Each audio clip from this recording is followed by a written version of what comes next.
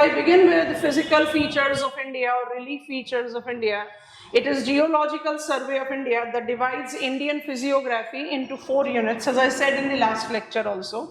So relief features of India can be categorized into 4, and the correct sequence of learning it is to go chronologically. So if I go chronologically as referred by Geological Survey of India, the oldest relief feature of our country is plateau.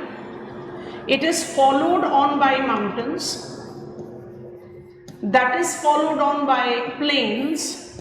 We can give ourselves the reference that plains are being formed even today. Ganga river is depositing even today. So why it is so that we are referring it to be developed older? It is because its genesis can be traced from the older times, and then comes in the islands. Now when you take these 4 physiographic features of our country, you have to understand that we are learning them as a physiographic unit. We are recognizing them as a physiographic location on the map of the world. That is where we say geological relief feature plateau essentially denotes on Indian shield. It essentially denotes Indian shield. But is it only Indian shield? No, it is not. It combines old mountains as well. Now when I talk about old mountains, I am talking about the imprints of geological time, which is different from shield, because shield will be associated with Archean. If I go with the European time scale, shield is what correlate to Azoic era. And when I talk about the old mountains, is Aravallis, the old fold mountain, very popular example. Or I talk about Vindhyans and Satpuras, the old horsed and graven topography. They belong to Paleozoic era. So you have to apply that into account. Added to it, plateau of our country is incorporating trap country. And mind it, trap country is as young in its formation as is mountains of our country. Because mountains of our country, as well as trap formation, is Cenozoic in its genesis, is a Cenozoic era.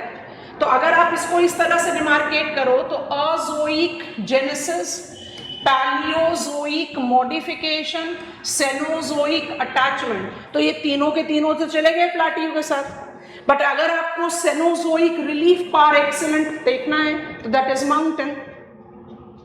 Mountain, which is northern mountain wall, the young fold mountain. Mountains बने तब snowfield बना, snowfield बना तब river source हुई. Northern plains of India will be essentially the example of Neozoic. जब हम Neozoic era की बात करते हैं तो we divide them into 2 epochs. Which are these 2 epochs? Number 1, Pleistocene, and number 2, Holocene. Pleistocene ice age के termination के बाद मीन सी लेवल राइज हुआ. Rise in the mean sea level resulted into the development of what is called islands of our country.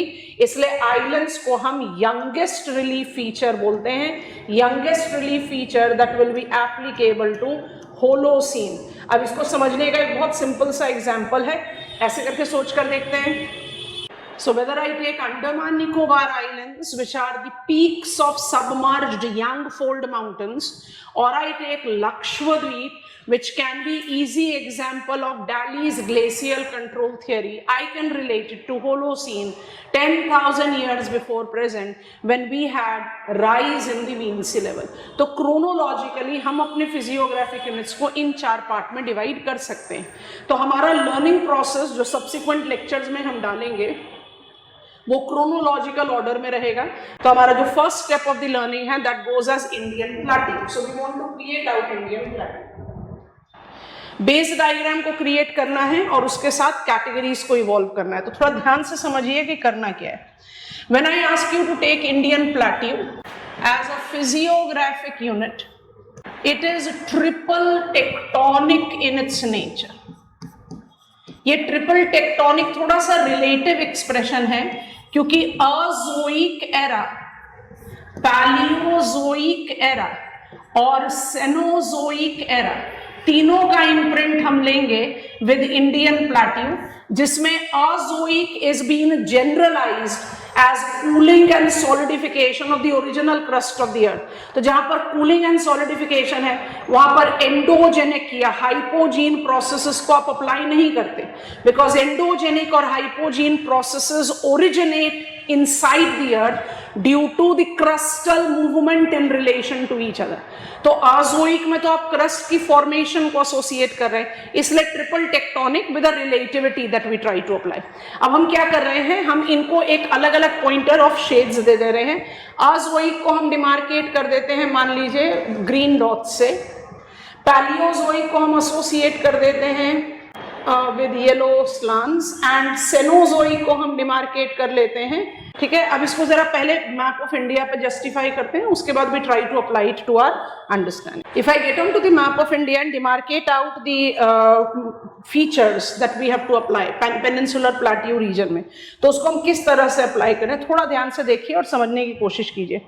I have got triple tectonic imprint with Indian plateau, तो हम इसको कैसे demarcate करेंगे, will demarcate it first as. अब आप इसको अपने map पर डिमार्केट आउट करें तो it will become easier for you to recognise.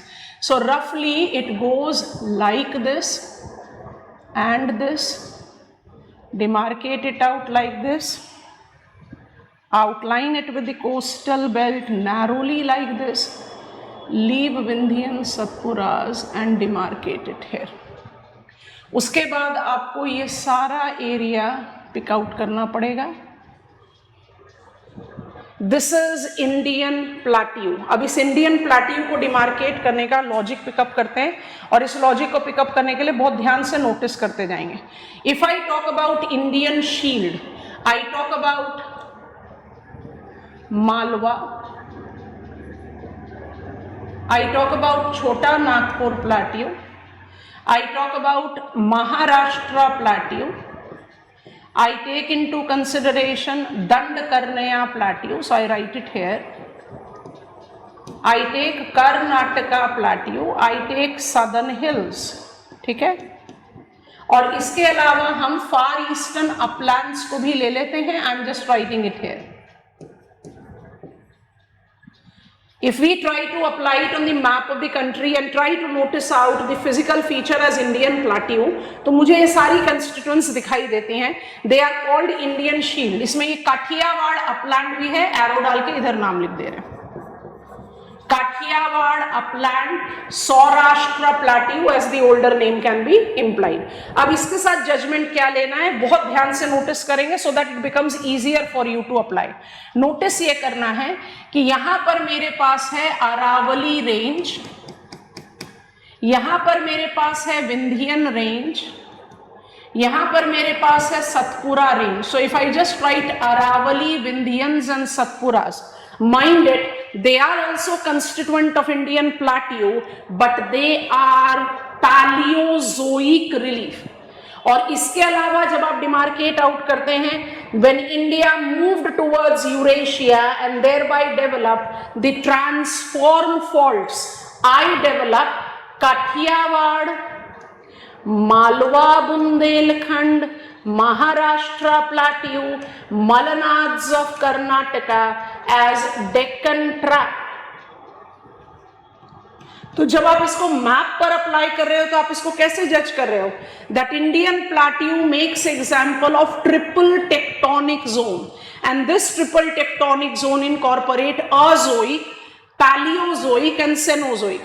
Story doesn't end here। Paleozoic is not just Aravalis, Vindhyans and Satpuras, it is many more, but these are the principal categories for us to take into account। So what we'll do is we'll take the reference of this map and draw the diagram for us।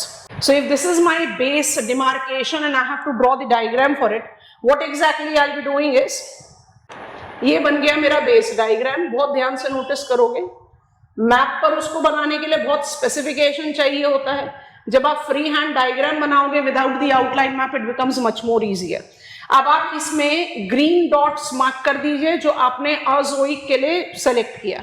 तो ये सारा Malwa plateau से छोटा Nagpur plateau से फार eastern upland, जिसमें कहीं कोई break नहीं है, महाराष्ट्र प्लाट्यू से लेकर Dandakaranya, Bastar plateau, Telangana plateau, Karnataka plateau, southern hills as Nilgiris, Anamalai, cardamom, सब हो गए अजोइक कंस्ट्रक्ट। इस अजोइक कंस्ट्रक्ट में मुझे पैलियोजोइक फीचर्स को ऐड इन करना है।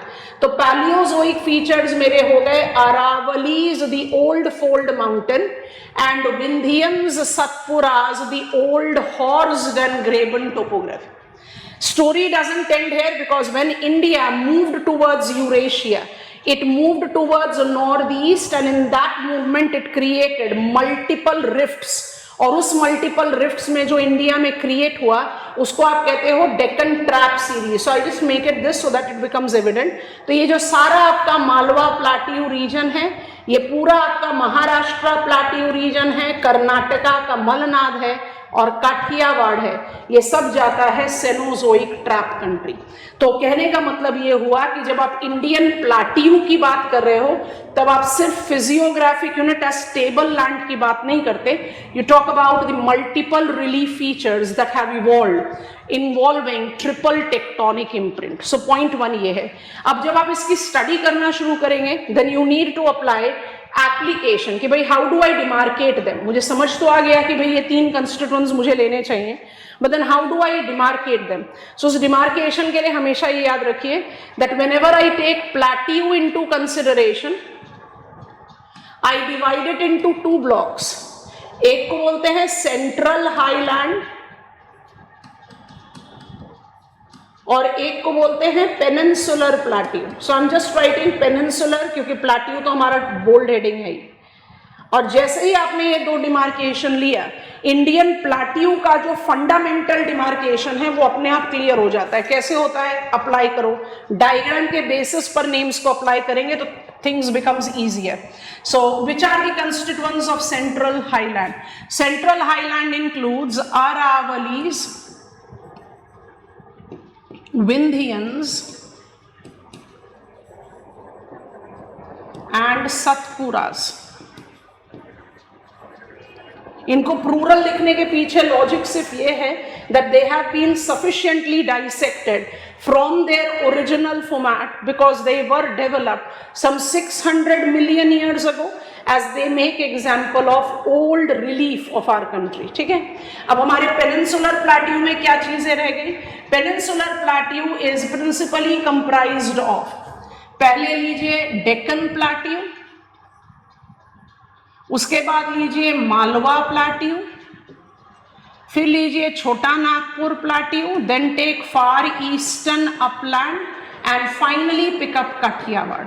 अब जरा आप इन फ्लो चार्ट को अपने बेस डायग्राम से ओवरलैप कर लेंगे तो आपको डिफरेंस समझ में आ जाएगा कि peninsular plateau is the term that is applied to denote Indian shield. Indian shield कब बना? इंडियन शील्ड बना 4000 मिलियन ईयर्स पहले जब cooling and solidification of earth crust था। इसको हम जियोलॉजिकल स्टडी में क्रेटॉन्स बोलते हैं, जैसे Dharwad craton, Singhbhum craton and many more. So the term craton or the term shield is applied for the original cooled and solidified crust. तो इंडिया का जो peninsular plateau है doesn't go with the expression peninsula. Peninsula is that part of land which is surrounded by water on 3 sides. अगर हम इस term को लेकर चलें तो peninsula should be only Deccan plateau. अब डेक्कन प्लाट्यू कैसे है उसको इसको जस्टिफाई करते हैं। Deccan plateau is implied to be the area, adding the page. Deccan Plateau is demarcated to be the area that is bounded by river Tapi and river Brahmani in north. So these rivers are draining west and east and is extensive up to Cardamom Hills. तो ये मेरे cardamom hills का southern point है। ये जो rough inverted triangular feature बन रहा है इसको आप कहते हो डेक्कन प्लाट्यू, डेक्कन दक्षिण डेक्कन प्लाट्यू। ये टेक्निकली पेनिनसुलर है, पर जब आपने पेनिनसुलर प्लाट्यू कहा then you are not taking it as per geographical peninsula, you are applying it to denote Indian shield. This is Deccan plateau and Deccan Plateau thus is comprised of, ये तो समझ में आ गया कि ये शील्ड है. What it is comprised of? It is comprised of Ghats, Western Ghat and Eastern Ghat, Southern hills from Nilgiri, Javadi, Shevaroy इधर लेंगे, नीलगिरी, Janamalai और कार्डोमम इधर लेंगे. So this is my Javadi hills, this is my Shevaroy hills. अब ध्यान से notice करो, hills बोल रहे हैं यहाँ पर. This is Nilgiri, this is Anamalai, and I have already written cardamom, so I am not rewriting it. और घाट्स में ये आपका वेस्टर्न घाट्स है, ये आपका ईस्टर्न घाट्स है. तो पहला कंस्टिट्यूएंट डेक्कन प्लेट्यू का क्या हो गया? Southern hills. If it is a plateau then why are we calling it hills? Because southern hills are conical remains of shield.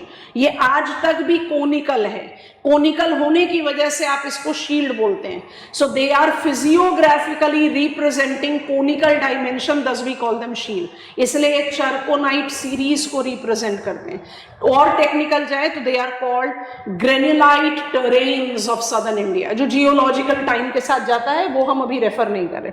इसके अलावा डेक्कन प्लेट्यू के कंस्टिट्यूएंट में आप इंक्लूड करते हो इंटीरियर प्लेट्यू.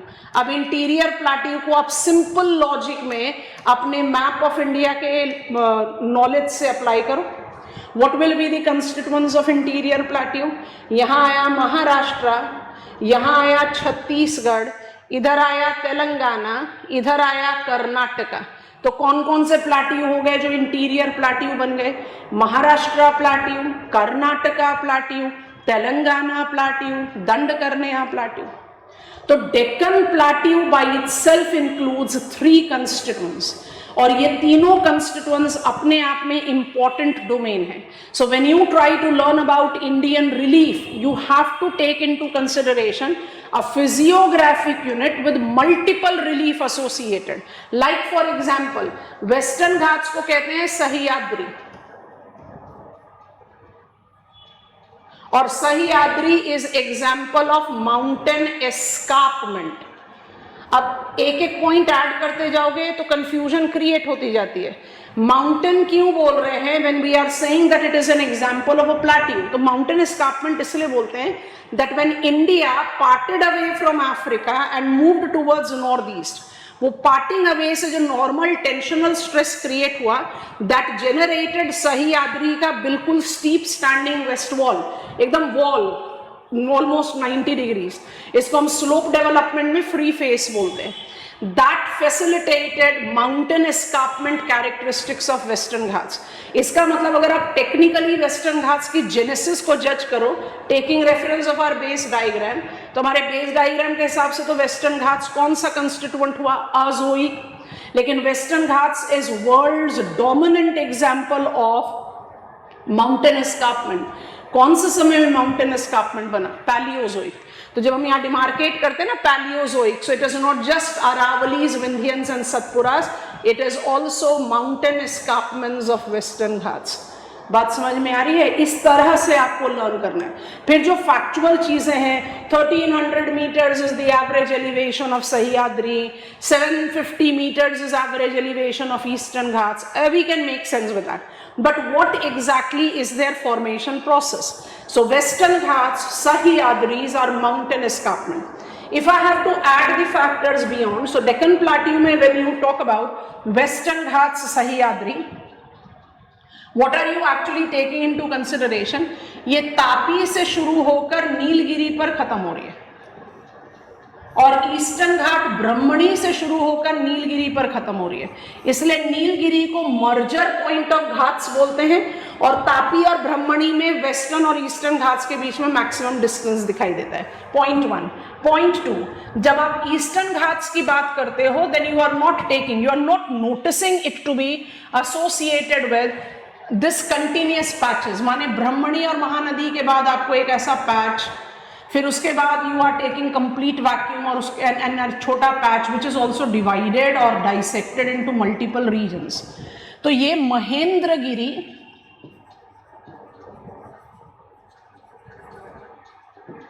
और ये southern Andhra hills, actually dissected pieces हैं डेक्कन प्लेट्यू के। डेक्कन प्लेट्यू अपने आप को सस्टेन नहीं कर पाया, इरोड हुआ। इरोजन के पीछे का रीजन क्या है?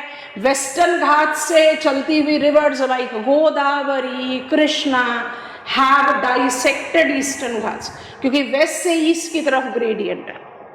तो जब आप कोई फिजियोग्राफिक रीजन के बारे में पढ़ोगे, then how you can ignore tectonic developments as rift? Can I complete interior plateau without mentioning कि भाई महाराष्ट्र प्लेट्यू तो डेक्कन ट्रैप है। अगर वो डेक्कन ट्रैप है तो वो शील्ड थोड़ी ना है, वो तो सेनोजोइक एरा में बना। अगर वो सेनोजोइक एरा में बना तो उसके बनने के पीछे टेक्टोनिक रिफ्ट्स का हाथ है।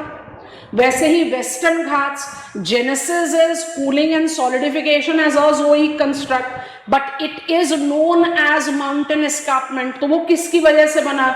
It is because of the tensional demarcation और डिस्टिंक्शन और breaking away of India from the super continent.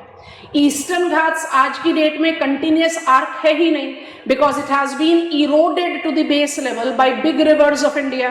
तो क्या आप Brahmani river, Mahanadi river, Godavari river, Krishna river के रोल को इग्नोर आउट कर पाएंगे जब आप फिजिकल फीचर्स पढ़ रहे? That is the point which I am trying to make since lecture 1 कि फिजियोग्राफिक यूनिट्स को पढ़ना एक रिलीफ का कॉम्प्रीहेंशन है। You have to take the combination of all of it. Southern hills की अगर हम बात करें तो हमने आपको बताया they are conical remains.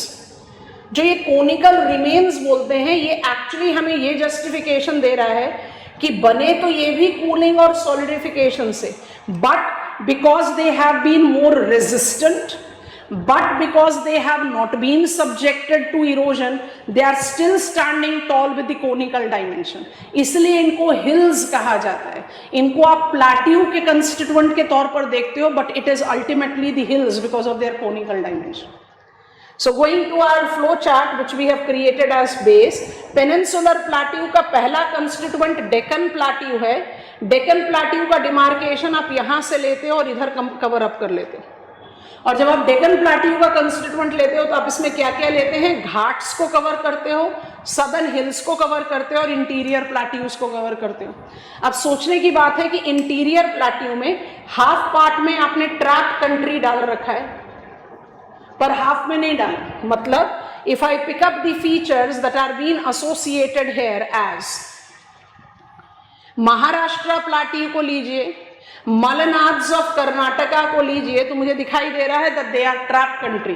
But if I take Dandakaranya plateau, if I take Telangana plateau, ये मुझे ट्रैप कंट्री नहीं दिखाई दे रही। इसको समझने के लिए आपको क्या जज करना है? The transform fault that evolved all over Indian peninsular plateau as Indian plate moved towards Eurasia, हर फॉल्ट से मैग्मा इजेक्शन नहीं हुआ। Wherever there was magma ejection, it created trap country. So Deccan Plateau और Deccan Trap में ये difference है, और इस डिफरेंस को कैसे समझेंगे? यहां पर लिख लेते हैं टर्म Deccan और इसको डिवाइड कर देते हैं दो पार्ट में। Deccan Plateau is a physiographic unit and Deccan Trap is a geological formation. तो ये रिलीफ फीचर है और ये जियोलॉजिकल स्ट्रक्चर है। I can easily write only structure, but I have written geological structure. Deccan plateau के constituent कौन कौन से हैं? डेक्कन प्लेट्यू के कंस्टिट्यूएंट्स हैं Ghats, southern hills and interior plateaus, जिसके बारे में आपको हमने भी थोड़ी देर पहले बताया। इंटीरियर प्लेट्यूज में आप सबको काउंट करोगे, दंडकर्ण्या भी, महाराष्ट्र भी, सबको। जब आप ट्रैप कंट्री की बात करते हो तो यू टेक इनटू कंसिडरेशन, को ध्यान से सुनेंगे, महाराष्ट्र प्लेट्यू, मलनाड्स ऑफ कर्नाटका, तो ये तो आपके इंटीरियर प्लेट्यू के हिस्से से कवर अप कर गए। इसके अलावा आप लेते हैं सतपुरास, इसके अलावा आप लेते हैं मालवा प्लेट्यू, इसके अलावा आप लेते हैं काठियावाड़ प्लेट्यू। इसका मतलब जब आपने ट्रैप या सेनोजोइक कंस्ट्रक्ट की बात की तो it is not synonymous to Deccan plateau. I think this is making sense. General studies में भी कई बार मेन में क्वेश्चन पूछा गया है, write short note on Deccan trap. तो ट्रैप क्या है? ट्रैप एक जियोलॉजिकल फॉर्मेशन है। Trap country associates with central highlands of Satpura, trap country associate with Malwa Bundelkhand, trap country associate with Kathiawar. Deccan trap का डेवलपमेंट सेनोजोइक है। So Deccan trap and Deccan plateau are not synonymous. Similarly, Deccan Plateau and Peninsular Plateau are not synonymous. अब ये कैसे जज करें? आ जाओ अगर अपने बेस पर। जब आप डेक्कन प्लाट्यू बोल रहे हो तो पेनिनसुलर प्लाट्यू का सिर्फ एक ही कंस्टिट्यूएंट है, बाकी कंस्टिट्यूएंट तो अभी आपने पिकअप किया ही नहीं। पेनिनसुलर प्लाट्यू के तो 5 कंस्टिट्यूएंट हैं, तो पेनिनसुलर प्लाट्यू और डेक्कन प्लाट्यू सेम कैसे हुए? तो जब आप मालवा बुंदेलखंड की बात करते हो, हमने इसको नंबर 2 लेबल किया, या आप छोटा नागपुर प्लाट्यू की बात करते हो नंबर 3, या फार ईस्टर्न अपलैंड की बात करते हो नंबर 4, या काठियावाड़ प्लाट्यू की बात करते हो number 5, they all were formed during Azoic era, formation of Indian crust. They all were formed during Azoic era, formation of Indian crust, and mind it, they all are original cooled and solidified crust, जिसमें छोटा Nagpur plateau और फार eastern upland में trap imprint नहीं है। मालवा बुंदेलखंड और काठियावाड़ में Cenozoic modification दिखता है। इसलिए ये जो बेस डायग्राम है ये आपको बड़ी आसानी से ये विजुअलाइज करने में मदद करेगा कि जब आप आंसर लिख रहे हो इस तरह के फैक्चुअल क्वेश्चन पर, तो आप अपनी इंफॉर्मेशन को लॉजिकली ऑर्गेनाइज कर पाओ। ये logical organization is very important for you to make up a answer. तो पेनिनसुलर प्लाट्यू के कितने कंस्टिट्यूएंट हो गए? 2। पेनिनसुलर प्लाट्यू के 2 प्रिंसिपल कंस्टिट्यूएंट क्या हो गए? Deccan plateau and other plateau. इनको ऐसे बना लो, Deccan plateau and other plateau. Deccan plateau is rough triangular inverted, boundary is Tapi Brahmani to Cardamom. और जब अदर प्लाट्यू की बात करो तो फिर उसको 2 कैटेगरी में डिवाइड कर दो, Malwa Bundelkhand and Kathiawar Cenozoic modification है। Chota Nagpur plateau and far eastern upland is true shield of our country. Are you getting it? It is made easy now. उसके बाद आपको जो फैक्चुअल इंफॉर्मेशन है about Malda gap, about Chota Nagpur जिसको सिंहभूम क्रेटोन बोलते हैं, they also incorporate multiple hills, like Rajmahal hills है, Ramgarh hills है, गरजात हिल्स है, तो हिल्स भी हैं वहाँ। वैसे ही जब आप फार ईस्टर्न अपलैंड की बात करते हो तो it's not just about Shillong plateau, it's about Garo, Khasi, Jaintia, Mikir, Barail, Rengma hills. These gives me the understanding of conical remains of the shield. तो वो factual attachment eventually आ जाते हैं। तो peninsular plateau हो गया इंडियन शील्ड। क्वेश्चन पूछ रहा है प्लाट्यू पर, तो answer has to be divided into 2। Question पूछ रहा है पेनिनसुलर प्लाट्यू पर, तो सेंट्रल हाईलैंड नहीं लिखना। क्वेश्चन पूछ रहा है डेक्कन प्लाट्यू पर, तो बाकी सारे पेनिनसुलर नहीं लिखना। और क्वेश्चन पूछ रहा है डेक्कन ट्रैप पर, तो you have to be cautious in incorporating all the constituent even beyond the peninsular plateau region. I think it is making sense.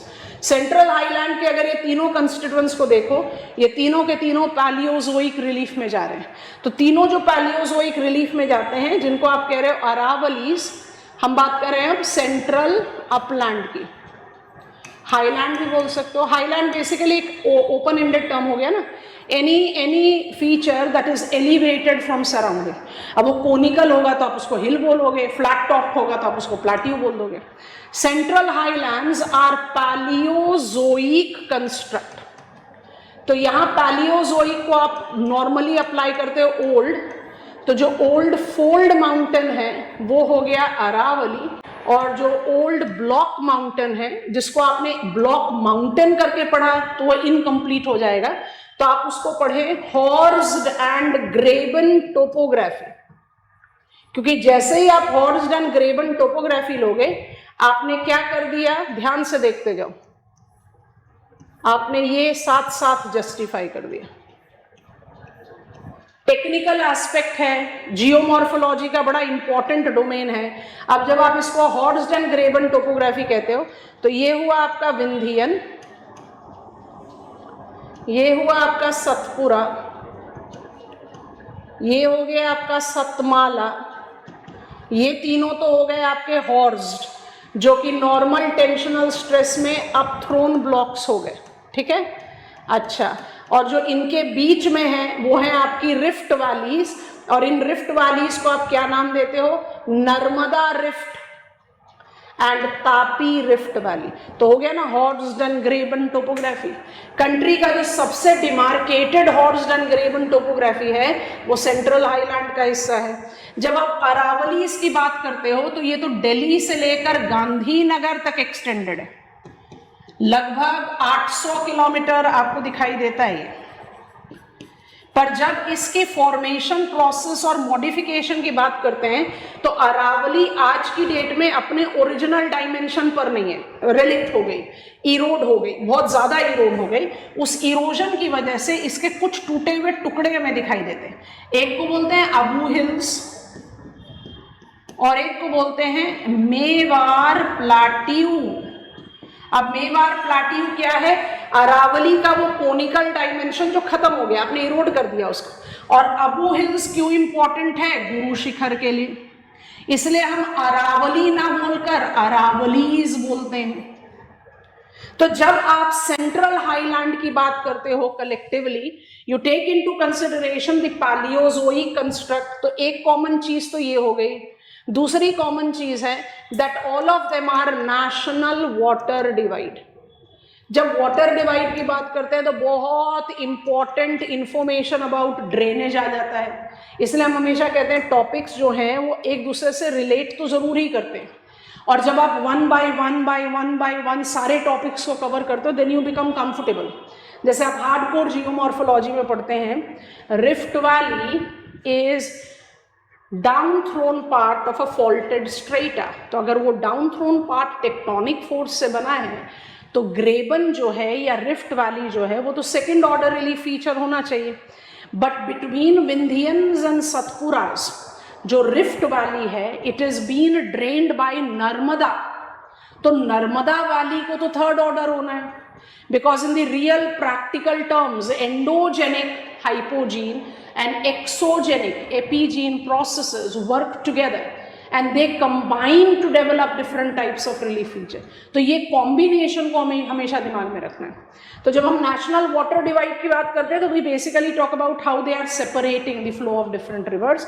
जैसे if I just take one case here, because सबको एक साथ लेकर चलने में तो डेफिनेटली प्रॉब्लम क्रिएट होता है, तो we just take the reference of easier task. Aravallis से आप डिमार्केट करते हो रिवर बनास और रिवर लूनी। तो separating the flow of river Banas and river Luni, Aravalli हुआ नेशनल वाटर डिवाइड। वैसे विंध्यन से आप रिवर चंबल को ले जाइए और सतपुरा सतमाला से आप गोदावरी के ट्रिब्यूटरीज को ले जाइए, जैसे पेन गंगा है, वर्धा है, वेन गंगा है। So they give you the national water divide. अब वापस से आ जाते हैं अपने एलिमेंट्री पेज पर।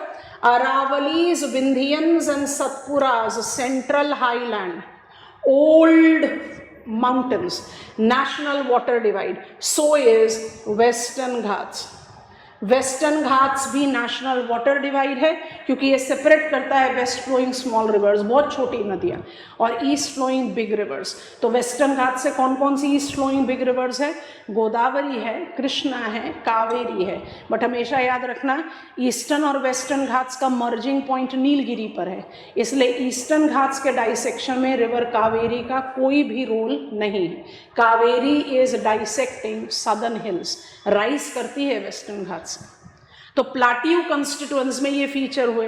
अब जब आप बात करते हैं कॉम्बिनेशन की, मतलब मेरे पास ट्रिपल टेक्टोनिक इम्प्रिंट है, तो इस ट्रिपल टेक्टोनिक इम्प्रिंट को हम कैसे डिमार्केट करें। तो इस ट्रिपल टेक्टोनिक इम्प्रिंट को डिमार्केट करने के लिए क्या करते हैं, शुरू करते हैं आसान फैक्टर से। तो अगर मुझे सेनोजोइक डेवलपमेंट लेना है, it is equal to trap country. अगर मुझे पैलियोजोइक कंस्ट्रक्ट लेना है, it is equal to old formation. और अजोइक लेना है, जो क्योंकि हमारे ट्रिपल टेक्टोनिक फैक्टर है, तो it is equal to shield और क्रेटॉन ऑफ द कंट्री, है ना। तो शील्ड और क्रेटॉन होलसम हो जाएगा, इसलिए इसको जानबूझकर लास्ट में लिखा है। तो सेनोजोइक कंस्टिट्यूएंट क्या क्या हो गए सोचकर देखेंगे। महाराष्ट्र प्लाटियू हुआ, मलनाज हुआ, मालवा बुंदेलखंड हो गया, काठियावाड़ हो गया, उसके अलावा सतपुराज सतमालाज हो गया। पैलियोजोइक की बात करेंगे तो Aravallis by default, Vindhyans by default, Satpuras by default, और इसके अलावा क्या, Sahyadri, because Sahyadris are Paleozoic mountains का। तो सह्याद्रीज को लेना बहुत जरूरी है। Sahyadris makes example of Paleozoic mountains carbon. और अजोइक में क्या हो जाएगा, अजोइक में बस सिंपल ये वाला काम कर लो, सारे नाम नहीं लिखेंगे। अजोइक में क्या करना है, जो हमारा बेस डायग्राम था माइनस अरावली, वो सब के सब अजोइक कंस्ट्रक्ट। मतलब मालवा से शुरू करो, छोटा नागपुर पर जाओ, फार ईस्ट पर जाओ, महाराष्ट्र, दंडकर्ण्या, कर्नाटका, सदर्न हिल्स, सब इंडियन शील्ड। जब तक ये क्लैरिटी नहीं डेवलप होगी तब तक आप किसी भी तरीके से किसी भी कंस्टिट्यूएंट पर अपने कंटेंट को इवॉल्व नहीं कर पाओगे। तो जब फिजिकल सेटिंग की बात करते हो ना, तो you always try to develop out the categorisation. NCERT is बहुत अच्छी टेक्स्ट है, बट एनसीईआरटी को पढ़ने के लिए एक बेसिक क्लैरिटी डेवलप कर लो, उसके बाद दोबारा रीड कर लो, ज़्यादा मेजर सेंस क्रिएट करता है। उसमें जितने फीचर्स लिखे हैं वो मेरे नॉलेज में तो 110% होने चाहिए। ये वाला लॉजिक अपने दिमाग में आपने हमेशा रखना है। This is how we cover plateau of our country. I'll be carrying it on with the northern mountain wall as our second constituent when it comes on to Indian physical setting.